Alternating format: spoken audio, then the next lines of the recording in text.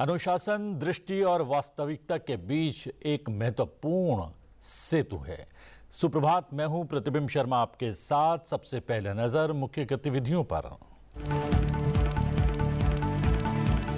अंतरिक्ष यात्री शुभांशु शुक्ला लौटे भारत। लोकसभा में आज अंतर्राष्ट्रीय अंतरिक्ष स्टेशन पर भारत के पहले अंतरिक्ष यात्री 2047 तक विकसित भारत के लिए अंतरिक्ष कार्यक्रम की महत्वपूर्ण भूमिका पर होगी विशेष चर्चा।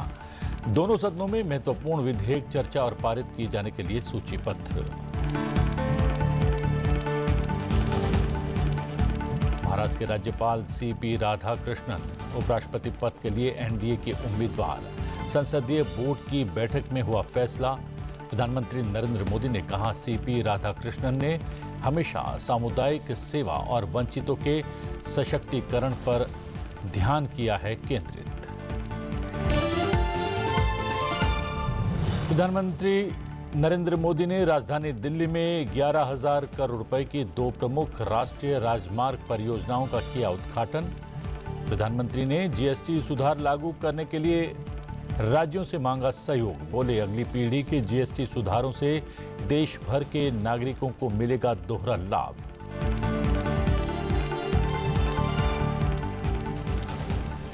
चुनाव आयोग ने राजनीतिक दलों के बीच भेदभाव करने के आरोपों को सिरे से किया खारिज। कहा, उसके सामने सभी दल समान, किसी दबाव में नहीं आएगा चुनाव आयोग। संवैधानिक कर्तव्य को निभाने में सदैव रहेगा आगे। चीन के विदेश मंत्री वांग यी आज से भारत यात्रा पर।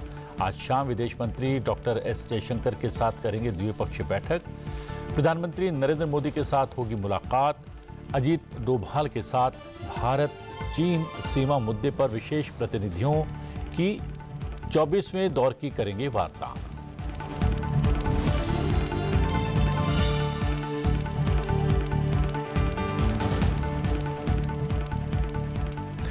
संसद के मॉनसून सत्र के अंतिम सप्ताह का आज पहला दिन है। जानते हैं दोनों सदनों में आज के सूचीबद्ध कार्यों के बारे में। सबसे पहले जानते हैं लोकसभा के विधायी कार्यों के बारे में। बीते सप्ताह राज्यसभा से पारित 4 विधेयकों, राष्ट्रीय खेल शासन विधेयक 2025, राष्ट्रीय डोपिंग रोधी संशोधन विधेयक 2025, आयकर विधेयक 2025, कराधान विधि संशोधन विधेयक 2025 से संबंधित संदेश की सूचना सदन को दी जाएगी। वाणिज्य और उद्योग मंत्री पीयूष गोयल जन विश्वास उपबंधों का संशोधन विधेयक 2025 इंट्रोड्यूस करेंगे।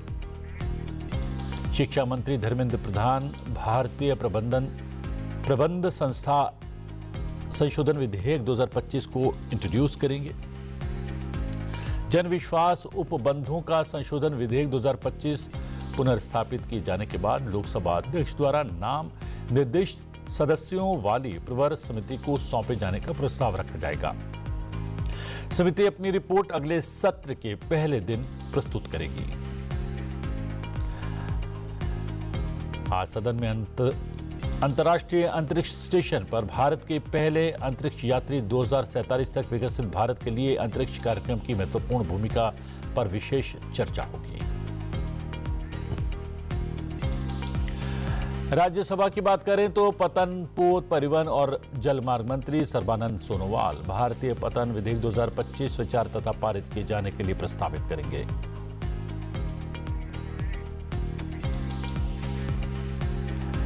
प्रधानमंत्री नरेंद्र मोदी की अध्यक्षता में रविवार को बीजेपी संसदीय बोर्ड की मीटिंग में एनडीए के उपराष्ट्रपति पद के उम्मीदवार का नाम फाइनल कर दिया गया है।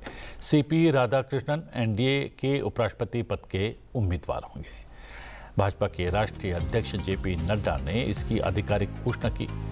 एनडीए संसदीय दल की बैठक के बाद प्रेस कॉन्फ्रेंस को संबोधित करते हुए भाजपा अध्यक्ष जेपी नड्डा ने कहा कि प्रधानमंत्री नरेंद्र मोदी की अध्यक्षता में हुई एक बैठक में व्यापक विचार विमर्श के बाद राधाकृष्णन जी के नाम पर निर्णय लिया गया है। उन्होंने उम्मीद जताई कि विपक्षी दल एनडीए उम्मीदवार का समर्थन करेंगे। हमारे उपराष्ट्रपति के प्रत्याशी के रूप में हमारे महाराष्ट्र के राज्यपाल श्री सीपी राधाकृष्णन जी, चंद्रपुरम पुन्नास्वामी राधाकृष्णन जी, उनको हम एनडीए का प्रत्याशी बनाएंगे। सीपी राधाकृष्णन को उपराष्ट्रपति पद का उम्मीदवार चुने जाने पर प्रधानमंत्री नरेंद्र मोदी ने उन्हें बधाई दी है। प्रधानमंत्री मोदी ने अपने एक्स हैंडल पर बधाई देते हुए लिखा, सार्वजनिक जीवन में अपने लंबे वर्षों में थिरु सीपी राधाकृष्णन जी ने अपने समर्पण, विनम्रता और बुद्धिमत्ता से अपनी विशिष्ट पहचान बनाई है। विभिन्न पदों पर रहते हुए उन्होंने हमेशा सामुदायिक सेवा और वंचितों के सशक्तिकरण पर ध्यान केंद्रित किया है। उन्होंने तमिलनाडु में जमीनी स्तर पर व्यापक कार्य किया है। मुझे खुशी है कि एनडीए परिवार ने उन्हें हमारे गठबंधन के उपराष्ट्रपति पद के उम्मीदवार के रूप में नामित करने का निर्णय लिया है। थिरु सीपी राधाकृष्णन जी को सांसद और विभिन्न राज्यों के राज्यपाल के रूप में समृद्ध अनुभव है। उनके संसदीय हस्तक्षेप हमेशा प्रभावशाली रहे हैं। अपने राज्यपालीय कार्यकाल के दौरान उन्होंने आम नागरिकों के सामने आने वाली चुनौतियों के समाधान पर ध्यान केंद्रित किया है।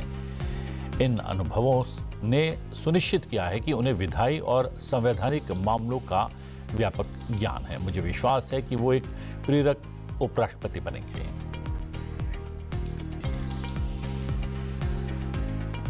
प्रधानमंत्री नरेंद्र मोदी ने रविवार को दिल्ली के रोहिणी में लगभग 11,000 करोड़ रुपए की लागत वाली 2 प्रमुख राष्ट्रीय राजमार्ग परियोजनाओं का उद्घाटन किया। ये परियोजनाएं द्वारका एक्सप्रेसवे का दिल्ली खंड और शहरी विस्तार सड़क 2 राजधानी को भीड़ भाड़ से मुक्त करने की सरकार की व्यापक योजना के तहत विकसित की गई है। इन परियोजनाओं का उद्देश्य दिल्ली और आसपास के क्षेत्रों में यातायात को सुगम बनाना, यात्रा समय कम करना और दिल्ली वासियों को जाम से राहत दिलाना है। इन प्रमुख राष्ट्रीय राजमार्ग परियोजनाओं का उद्घाटन करते हुए प्रधानमंत्री नरेंद्र मोदी ने कहा कि हमारे लिए सुधार का अर्थ सुशासन को आगे बढ़ाना है। उन्होंने ये भी कहा कि सरकार लगातार सुधार करने पर ध्यान केंद्रित कर रही है। प्रधानमंत्री ने कहा कि आने वाले महीनों में हम कई बड़े सुधार करने जा रहे हैं ताकि लोगों का जीवन और कारोबार करना आसान हो जाए।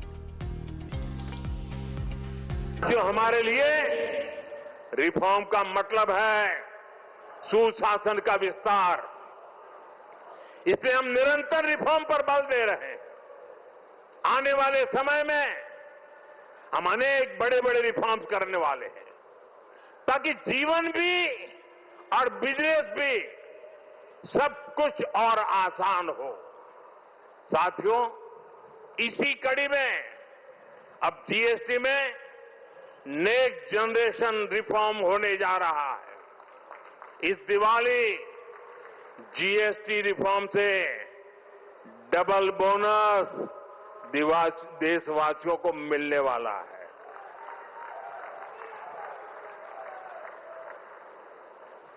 हमने इसका पूरा प्रारूप राज्यों को भेज दिया है। मैं आशा करता हूं कि सभी राज्य भारत सरकार के इस इनिशिएटिव को सहयोग करेंगे, जल्द से जल्द इस प्रक्रिया को पूरा करेंगे ताकि ये दिवाली और ज्यादा शानदार बन सके। हमारा प्रयास जीएसटी को और आसान बनाने और टैक्स दरों को रिवाइज करने का है। इसका फायदा हर परिवार को होगा, गरीब और मिडिल क्लास को होगा, छोटे बड़े हर उद्यमी को होगा। प्रधानमंत्री ने कहा कि दुनिया जब भारत को देखती है, परखती है, तो उसकी पहली नज़र हमारी राजधानी दिल्ली पर पड़ती है। दिल्ली को हमें विकास का ऐसा मॉडल बनाना है जहां सभी को महसूस हो कि हाँ, ये विकसित होते भारत की राजधानी है। दिल्ली एनसीआर की कनेक्टिविटी में बीते दशक में अभूतपूर्व सुधार हुआ है। यहां आधुनिक और चौड़े एक्सप्रेसवे हैं, दिल्ली एनसीआर मेट्रो नेटवर्क के मामले में दुनिया के सबसे बड़े नेटवर्क इलाकों में से एक है। यहां नमो भारत जैसा आधुनिक रैपिड रेल सिस्टम है। यानी बीते 11 वर्षों में दिल्ली एनसीआर में आना जाना पहले के मुकाबले आसान हुआ है। साथियों, दिल्ली को बेहतरीन शहर बनाने का जो बीड़ा हमने उठाया है वो निरंतर जारी है। आज भी हम सभी इसके साक्षी बने हैं। द्वारका एक्सप्रेस वे हो या फिर अर्बन एक्सटेंशन रोड, दोनों सड़कें शानदार बनी है। पेरिफेरल एक्सप्रेसवे के बाद अब अर्बन एक्सटेंशन रोड से दिल्ली को बहुत मदद मिलने वाली। साथियों, अर्बन एक्सटेंशन रोड की एक और विशेषता है, ये दिल्ली को कूड़े के पहाड़ों से भी मुक्त करने में मदद कर रही है। अर्बन एक्सटेंशन रोड को बनाने में लाखों टन कचरा काम में लाया गया है। यानी कूड़े के पहाड़ को कम करके उसे वेस्ट मटेरियल का इस्तेमाल सड़क बनाने में किया गया है और वैज्ञानिक तरीके से किया गया है। यहां पास में ही भलसवा लैंडफिल स्पा साइट है। यहां आसपास जो परिवार रहते हैं उनके लिए कितनी समस्या है ये हम सभी जानते हैं। हमारी सरकार ऐसी हर परेशानी से दिल्ली वालों को मुक्ति दिलाने में जुटी हुई है। साथियों, मुझे खुशी है कि रेखा गुप्ता जी के नेतृत्व में दिल्ली की भाजपा सरकार यमुना जी की सफाई में भी लगातार जुटी हुई है। मुझे बताया गया कि यमुना से इतने कम समय में 16 लाख मैट्रिक टन सील्ड हटाई जा चुकी है। इतना ही नहीं, बहुत कम समय में ही दिल्ली में 650 देवी इलेक्ट्रिक बसें शुरू की गई है। और इतना ही नहीं, भविष्य में भी इलेक्ट्रिक बसें एक बहुत बड़ी मात्रा में करीब करीब 2000 का आंकड़ा पार कर जाएगी। ये ग्रीन दिल्ली, क्लीन दिल्ली के मंत्र को और मजबूत करता है। चुनाव आयोग ने कुछ राजनीतिक दलों द्वारा लगाए जा रहे वोट चोरी के आरोपों को सख्ती से खारिज करते हुए कहा है कि आयोग मतदाताओं के साथ मजबूती से खड़ा है, साथ ही किसी भी परिस्थिति में चुनावी प्रक्रिया और नियमों से समझौता नहीं करेगा। मुख्य चुनाव आयुक्त पिछले 2 दशकों ज्ञानेश कुमार ने रविवार को एक प्रेस कॉन्फ्रेंस कर साफ कर दिया कि बिहार में चल रही विशेष गहन पुनरीक्षण ड्राइव पूरी तरह निष्पक्ष और पारदर्शी है और इसमें किसी भी राजनीतिक दल के साथ भेदभाव नहीं किया जा रहा है। ज्ञानेश कुमार ने कहा कि चुनाव आयोग का दरवाजा सभी राजनीतिक दलों के लिए हमेशा खुला है। उन्होंने ये भी कहा कि सभी हितधारक पारदर्शी तरीके से SIR को सफल बनाने के लिए काम कर रहे हैं। उन्होंने दोहराया कि चुनाव आयोग इन कोशिशों से डरने वाला नहीं है और मतदाताओं के साथ पूरी मजबूती के साथ खड़ा है। पिछले 2 दशकों से लगभग सभी राजनीतिक दल मतदाता सूची में त्रुटियों के सुधार के लिए मांग करते रहे हैं और इसी मांग को पूरा करने के लिए ही चुनाव आयोग ने गहन पुनरीक्षण अर्थात स्पेशल इंटेंसिव रिवीजन SIR की शुरुआत बिहार से की है। एसआईआर की प्रक्रिया में सभी मतदाता, बूथ लेवल ऑफिसर्स और सभी राजनीतिक दलों द्वारा नामित 1.6 लाख BLAs ने मिलकर एक प्रारूप सूची तैयार की है। इस प्रारूप सूची में त्रुटियां हटाने के लिए एक बार फिर निर्धारित समय परिधि में सभी मतदाता और राजनीतिक दल मिलकर अपना बहुमूल्य योगदान दे रहे हैं। यह एक गंभीर चिंता का विषय है कि राजनीतिक दलों के जिला अध्यक्षों और उनके द्वारा नामित BLAs के ये सत्यापित दस्तावेज, टेस्टिमोनियल्स, उनकी आवाज़, उनके स्वयं के राज्य स्तर के या राष्ट्रीय स्तर के नेताओं तक या तो पहुंच नहीं पा रही है और या फिर जमीनी सच को नज़रअंदाज करते हुए भ्रम फैलाने की कोशिश की जा रही है। कानून में न प्रावधान है, न कोई शपथ पत्र है, न कोई एविडेंस है, तो क्या 1.5 लाख नोटिस जारी करके उन मतदाताओं को SDM के दफ्तर में बुलाया जाए और ये कहा जाए कि आप फर्जी हैं? दुनिया का सबसे बड़ा जनतंत्र है भारत, सबसे बड़ी मतदाता सूची, सबसे बड़े चुनाव कर्मियों की फौज, सबसे ज्यादा मतदान करने वाले लोगों की संख्या, और इन सब के समक्ष, सारे मीडिया के समक्ष ये कहना कि अगर मतदाता सूची में आपका नाम एक बार और है तो आपने 2 बार मतदान किया होगा और कानूनी अपराध किया होगा, और मेरे सारे मतदाताओं को अपराधी बनाना और चुनाव आयोग शांत रहे, संभव नहीं।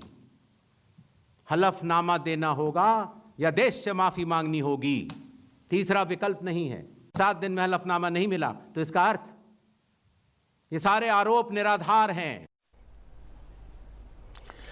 चीन के विदेश मंत्री वांग यी 2 दिन के भारत दौरे पर आज नई दिल्ली पहुंचेंगे। सत्ताधारी चीन की कम्युनिस्ट पार्टी के पोलित ब्यूरो सदस्य वांग यी राष्ट्रीय सुरक्षा सलाहकार अजित डोभाल के निमंत्रण पर भारत आ रहे हैं। चीनी विदेश मंत्री वांग यी आज शाम लगभग 4:15 पर दिल्ली के IGI हवाई अड्डे पर पहुंचेंगे, जिसके बाद वो हैदराबाद हाउस में विदेश मंत्री S जयशंकर से मुलाकात करेंगे। चीनी विदेश मंत्री के इस दौरे के बीच उनकी मुलाकात भारत के प्रधानमंत्री नरेंद्र मोदी के साथ भी होनी है। 19 अगस्त यानी मंगलवार की शाम 5:30 बजे प्रधानमंत्री नरेंद्र मोदी के साथ वांग यी की मुलाकात तय की गई है। ये मीटिंग प्रधानमंत्री नरेंद्र मोदी के आधिकारिक आवास 7 लोक कल्याण मार्ग पर होगी। इस यात्रा के दौरान वांग यी भारत के विशेष प्रतिनिधि अजित डोभाल के साथ भारत चीन सीमा मुद्दे पर विशेष प्रतिनिधियों की 24वें दौर की वार्ता करेंगे। इस दौरान दोनों पक्ष सीमा की स्थिति, व्यापार और उड़ान सेवाओं की बहाली सहित कई प्रमुख मुद्दों पर विचार विमर्श करेंगे।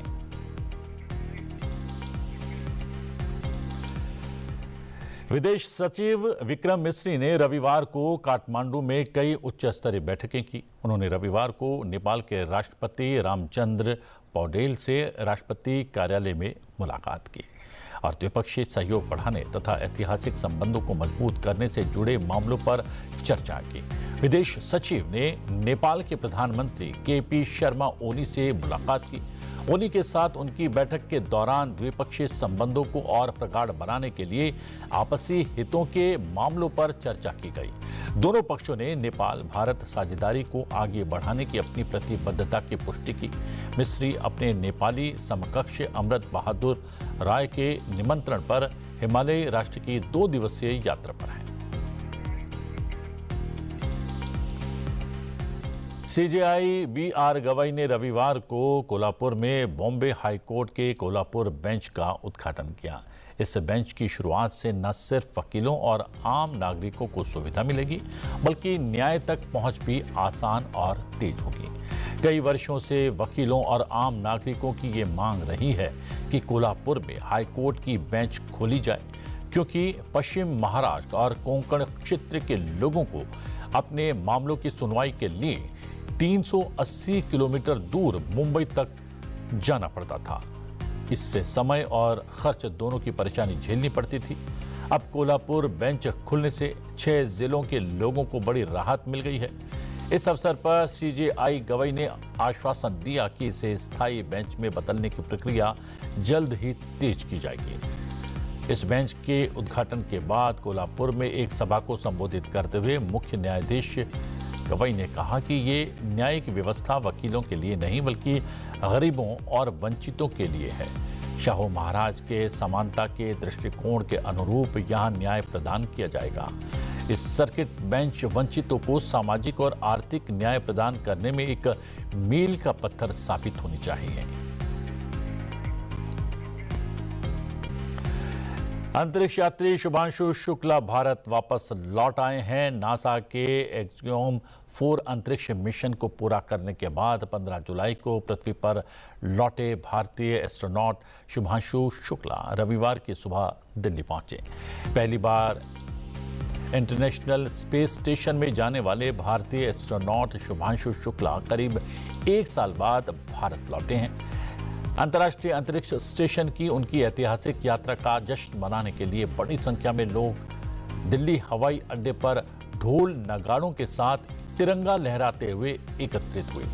ढोल नगाड़ों की ध्वनि के बीच केंद्रीय मंत्री जितेंद्र सिंह, दिल्ली की मुख्यमंत्री रेखा गुप्ता और इसरो चेयरमैन वी नारायणन ने शुभांशु शुक्ला और उनके बैकअप अंतरिक्ष यात्री प्रशांत बालकृष्णन नायर का स्वागत किया।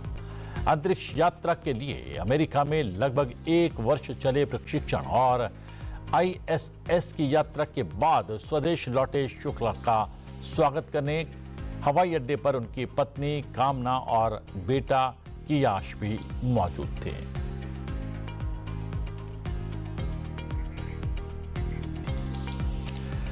राष्ट्रपति भवन में गणतंत्र दिवस के अवसर पर राष्ट्रपति द्रौपदी मुर्मू ने विशिष्ट अतिथियों के लिए एट होम रिसेप्शन का आयोजन किया, जिसमें प्रधानमंत्री नरेंद्र मोदी, तीनों सेनाओं के प्रमुख और तमाम विशिष्ट अतिथि शामिल हुए। क्या होता है एट होम रिसेप्शन, कैसे होता है और इस पूरी प्रक्रिया के पीछे कौन लोग होते हैं, चलते चलते आपको छोड़े जाते हैं इस विशेष कार्यक्रम से जुड़ी हुई प्रक्रिया से। प्रक्रिया के साथ मुझे दीजिए आगे, बने रहिए संसद टीवी के साथ। नमस्कार।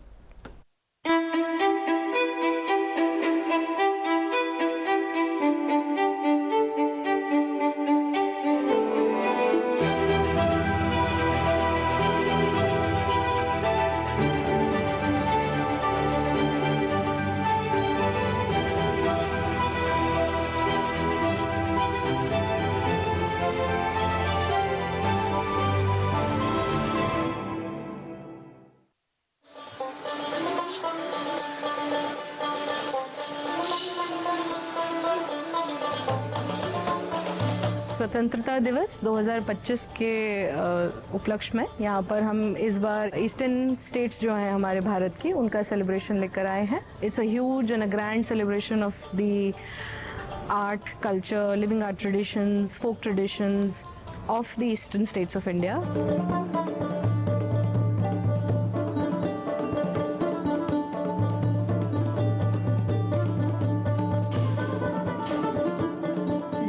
रंगोली का जो ये जो कॉन्सेप्ट है प्रेसिडेंट हाउस में, ये ग्रेट अपॉर्चुनिटी फॉर अस, क्यों यहाँ पे बनाना और ये अपना जो ट्रेडिशन को, अपना कल्चर को आगे लाना, ये अपने आप में एक बहुत इम्पोर्टेंट रोल है। जितने भी स्टेट्स हैं उनके जो भी कल्चर है उनको सबके सामने लेके आना, सबको दिखाना अगले जनरेशन के लिए, ये एक बहुत अच्छा कोशिश है।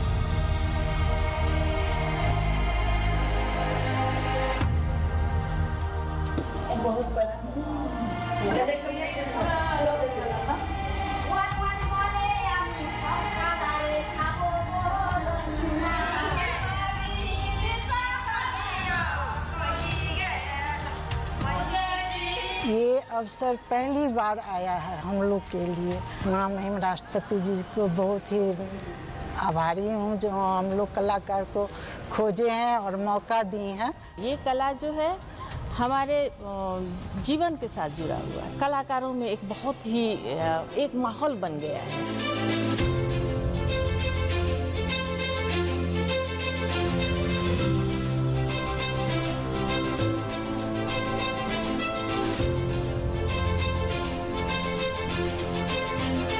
भारत के 79वें स्वतंत्रता दिवस के अवसर पर एट होम फंक्शन के लिए विशिष्ट अतिथियों के लिए ये कार्ड तैयार किया गया है। ये कार्ड सीकी घास का बना हुआ है। इसके अंदर इनविटेशन कार्ड को बांस के फ्रेम में रखा गया है, जो कि पूर्वी भारत के 4 राज्यों बिहार, उड़ीसा, झारखंड और पश्चिम बंगाल के कलाकृतियों से सजाया गया है।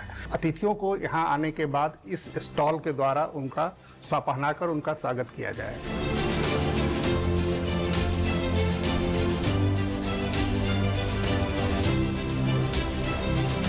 इन्हीं राज्यों से हमने जो उनके म्यूजिशियंस हैं और जो फोक डांसर्स हैं उनके साथ में भी कोलैबोरेशन किया है और उनकी बहुत सुंदर प्रस्तुतियां यहाँ पर हम प्रस्तुत करेंगे 15 अगस्त के दिन।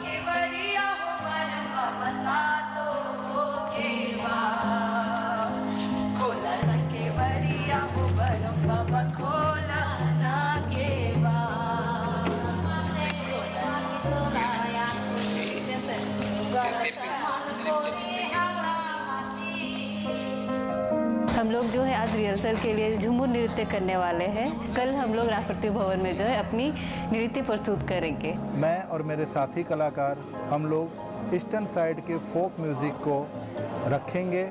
इसका सारे लोग रसास्वादन लेंगे और इसके लिए हम लोग राष्ट्रपति महोदया के धन्यवाद करते हैं कि इन्होंने हमें इतनी बड़ी opportunity the. It's a great privilege for me for playing and taking a part in this event. I am very much feeling proud.